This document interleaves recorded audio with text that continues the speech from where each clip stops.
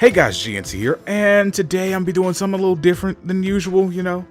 This is something that I used to do with manga, not with regular American comics, but I'm going to talk a little bit about the IDW Sonic the Hedgehog comics, because I have just finished reading Volume 2, because I'm getting these in volumes. I'm not buying individual issues. I refuse.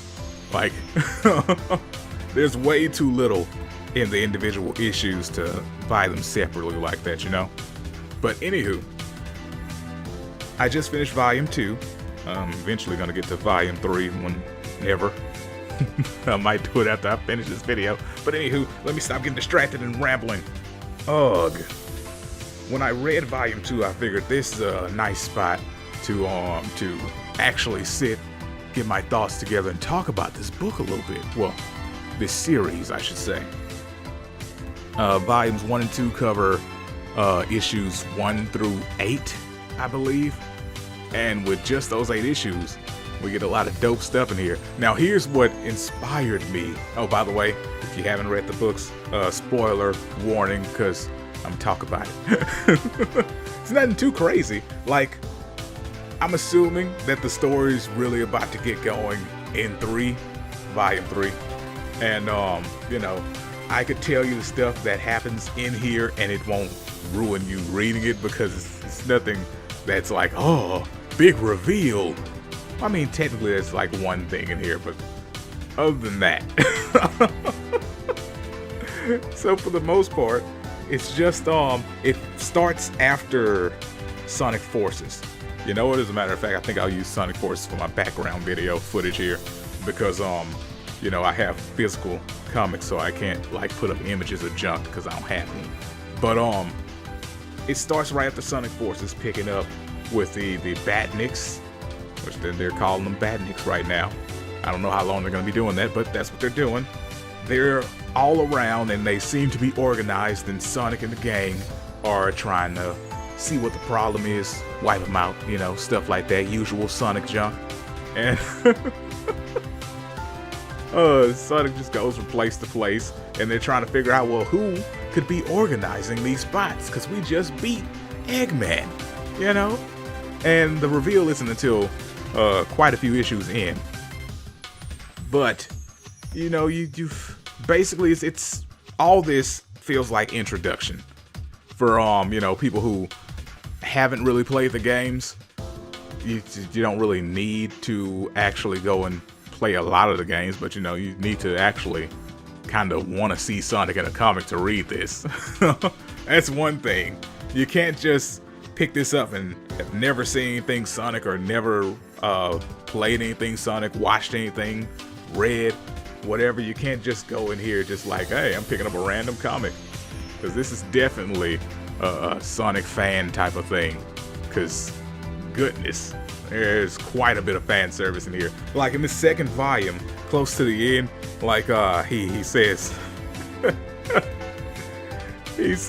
oh wait, let me not get to that. That's gonna lead into something else. I'll wait on that. But yeah, he goes through, he meets you know, multiple members of the Resistance, because that's still a thing. I mean, I guess because the Batniks are still around, there's still a Resistance. I was about to say there shouldn't be a Resistance without Eggman, but, you know, all you did was knocked off the top of the tower. You still have to deal with the rest of it, I guess. So, he bumps into random members of the Resistance and, you know, different buddies and stuff. It's pretty decent, pretty good, pretty dope. They have little battles with the Batniks, and there's not much to go into detail with here. Like, that's it. They battle Batniks, you meet up with buddies, they have little chats, just talking about how's this going on when they defeated Eggman. And then you do get to run into a new character, and I believe her name was Tangle, if I'm not mistaken. As a matter of fact, I got the book right in front of me. I can open it up and listen to those pages turn. You probably can't, because they're behind the mic, and you don't usually get much noise from behind the mic. You know what I'm saying? You know what I mean? Yes, no, maybe? Let's see. Boom. Tangle. Yes, Tangle the Lemur. I was making sure that I got her name right, because I do like this character. Although she was only in a couple of pages, like they didn't do much for her at all. But I believe that there's a separate book with Tangle and another character that I'll get to in a second. But yeah, Tangle comes out and then she has this tail hand. It's some weird junk. Like I don't know exactly what's going on with it. It looks like it can stretch because at some points it's longer than others. And she like uses it to fling Sonic and Blaze. By the way, Blaze is in here. Dope. Nice to see Blaze. You don't ever get to play her in the games these days, but it's cool to see her in the comic. You don't get to really play with anybody outside of Sonic in the games these days, but that's besides the point. You get to see everybody in the comic. But yeah, Tangle, she has this weird, like, stretchy tail that has, well, it doesn't have a hand on the end, but when it needs to be a hand, it looks like a hand. It's really weird. But yeah, Tangle's a cool character. I'd like to see more with that character, so now I'm thinking about getting the book. I'm gonna look that up real quick while I'm still sitting here talking. Yeah, so cool character. It's pretty much all I got to say. And that was the first volume. It ends with Tangle and Blaze and Sonic. And they defeat Badniks, and Sonic goes on about his business. And, you know, they end it with a shot of Eggman. Because, you know, the freaking Eggman's supposed to be missing, right? So it ends with Eggman. And you're like, oh, well, I wonder why Eggman is showing up here now. I wonder what he's doing. And then you get to volume 2, and they're like, yeah, you know, we're going to bring in Team Chaostix. Yes, they're detectives. You want on your side? Yeah, they bring in Team Chaostix. And they've been like investigating the doctor's disappearance. And they lead Sonic to this town where he's been staying and apparently lost his memory, which I didn't buy at first. I'm still kind of not buying it because it's Eggman, but for the most part they're doing a really good job of convincing me that he doesn't actually have a memory, but he's been doing nice things for the kids, you know. He out here in these streets trying to help these kids, you feel me? And oh goodness, he's sitting there trying to, you know, prove it to Sonic. Well, he's not trying to prove anything to Sonic. Sonic is trying to prove that he's basically lying. And he's like, hey, you still remember? You're like bad to the bone. Bad. I'm sorry, I am cracking myself up. This shouldn't be happening. I'm just, it's so fun. You don't understand. The book is so much fun that I just can't stop being happy while talking about it. But yeah, Sonic is trying to prove that basically Eggman is full of crap and he still remembers everything and this is just an act. He sees that, you know, it tends to be legit, for real, and he just lets it go. But as he's letting it go, Shadow shows up, and I'm like, ooh, now the book's getting good. We got my boy here, Shadow. All hail Shadow. He's like, oh, doctor. And, you know, he walks up, like, of course, convenient timing. Eggman is talking about, let me show you, what do you call it, Eggman Land? I believe that was the flip. Trying to think, I think that was colors. Sorry, I'm a little fuzzy on it. I think that was the color setting, right? Anywho, he brings that up, and as soon as he brings it up, Shadow shows up, and now he wants to get Eggman, and Sonic and Shadow have a nice little battle there. It's really dope. Like, it's the stuff that I like to see in a game. I'm like, man, this comic is feeding my inner fan. This is what the games don't do. It makes me feel good. It makes me feel special. Twice reference. Anywho, yeah, so they have their little battle and stuff, and Sonic convinces Shadow to let it go, you know. It looks like another Love TKO. So nobody's gonna get the reference. Anywho, he basically convinces him to let it go by telling him that, hey, Shadow, you used to be a bad guy, and you turned over a new leaf. You're good now. We trust you now. So Shadow lets it go, and they go and see this whole Eggman Land thing, and it's just a little amusement park he's building for the kids, because he's trying to help the kids out here in these streets. And yeah, after that, Sonic just leaves it alone. They all kind of leave it alone and go their own ways. And Sonic ends up with Tails. It was a weird cut here. Like, I guess if you're reading like issue to issue, it's not as crazy, because you know how comics are. When you're reading different issues and one starts up at a different spot from the last one, it's not as jarring, because let's just be honest, you kind of don't remember the last book for the most part when you're reading comics, because you usually like wait a month between them now. It's like, I kind of remember what happened in the book, but I don't remember how it ended. But with this, when you're going through a volume and you go from one page to the next, and at one you see that Sonic is leaving from where Eggman is, and then when they start the next issue, he's on the tornado with Tails. It's like, what the duck? How do we get here? But yeah, he goes to the dang fortress, flying fortress, and inside he runs into what appears to be Eggman, but he had just left the actual Eggman, so he was like, clearly you're a fake. And it turns out that it is Neo Metal Sonic from Sonic Heroes. Boom. My goodness.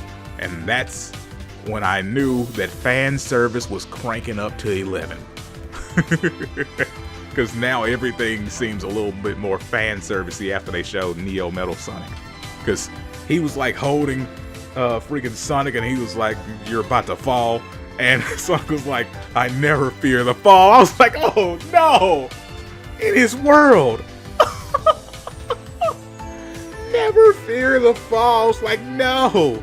No, they're referencing songs now. That was good. That was good times. Then another time in this, he was he said, you're too slow. I was like, oh, this is what we're doing now. We're a reference book now. It's a good thing I like references. This book is perfect for me. Like, there are a couple of parts where it trips up and it's not the greatest thing. Like I said, that jarring switch from one thing to the next, but that's more of an issue thing than an actual story thing, I guess you could say.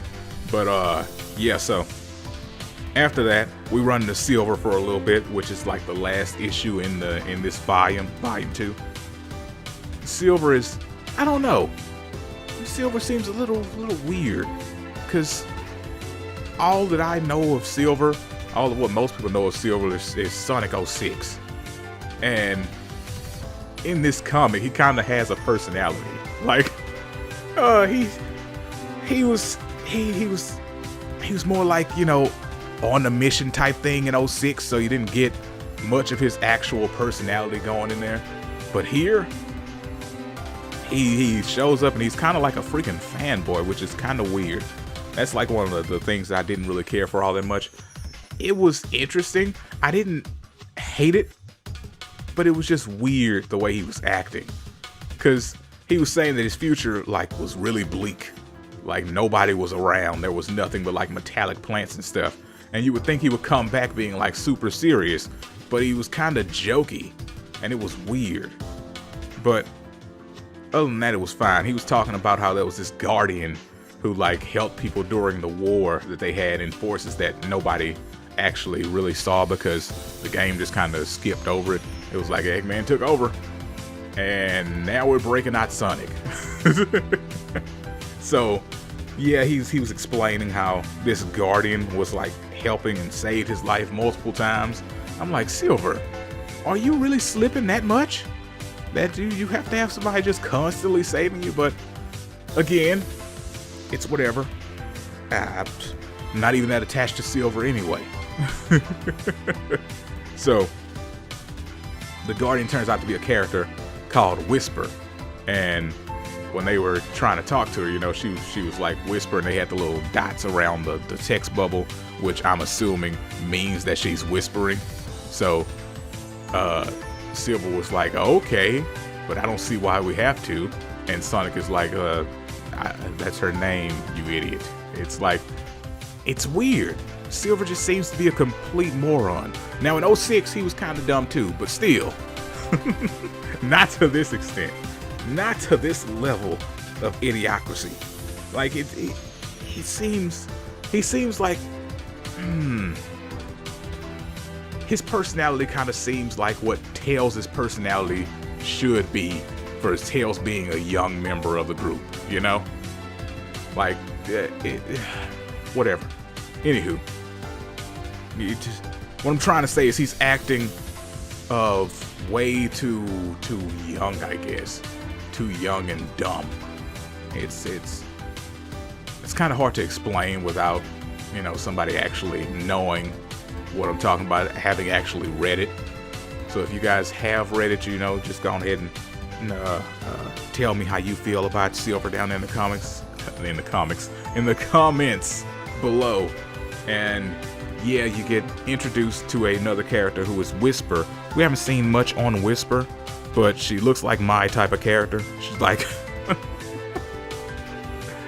she's all quiet and she likes being alone.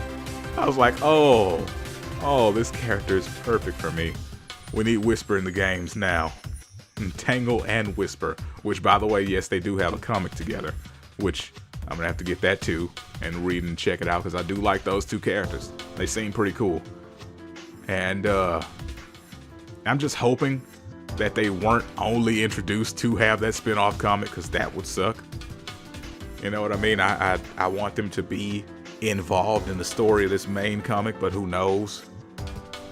Not me. I don't know it all because I'm still going through this and trying to catch up. Goodness. And yeah, so anywho, you get with Whisper, and that's pretty much the end of the comic.